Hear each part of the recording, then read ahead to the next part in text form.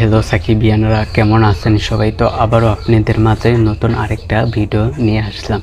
তো viewers, video title এবং thumbnail দেখে বুঝে গিয়েছেন। হ্যাঁ, লাইক দিয়ে ফুল ভিডিওটা দেখতে থাকেন। চ্যানেলে নতুন হলে অবশ্যই সাবস্ক্রাইব করুন। সালমান শাহর প্রয়াণ দিবসে কিন্তু মুক্তি পাবে শাকিব খানের নতুন সিনেমা দরদ।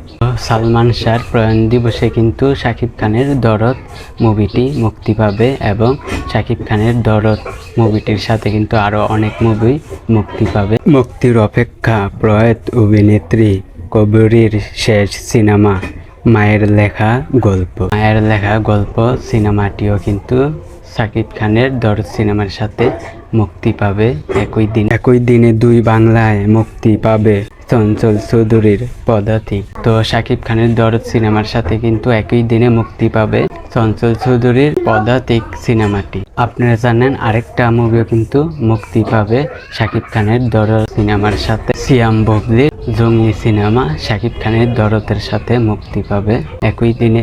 সালমান শাহর প্রয়াণ দিবসে কিন্তু মুক্তি পাবে শাকিব খানের দরদ সিনেমা। আরও অন্যান্য মুভিও কিন্তু মুক্তি পাবে। তো আপনারা শুনতে পেলেন। তো আপনাদের কি মতামত তো অবশ্যই কমেন্টে জানান।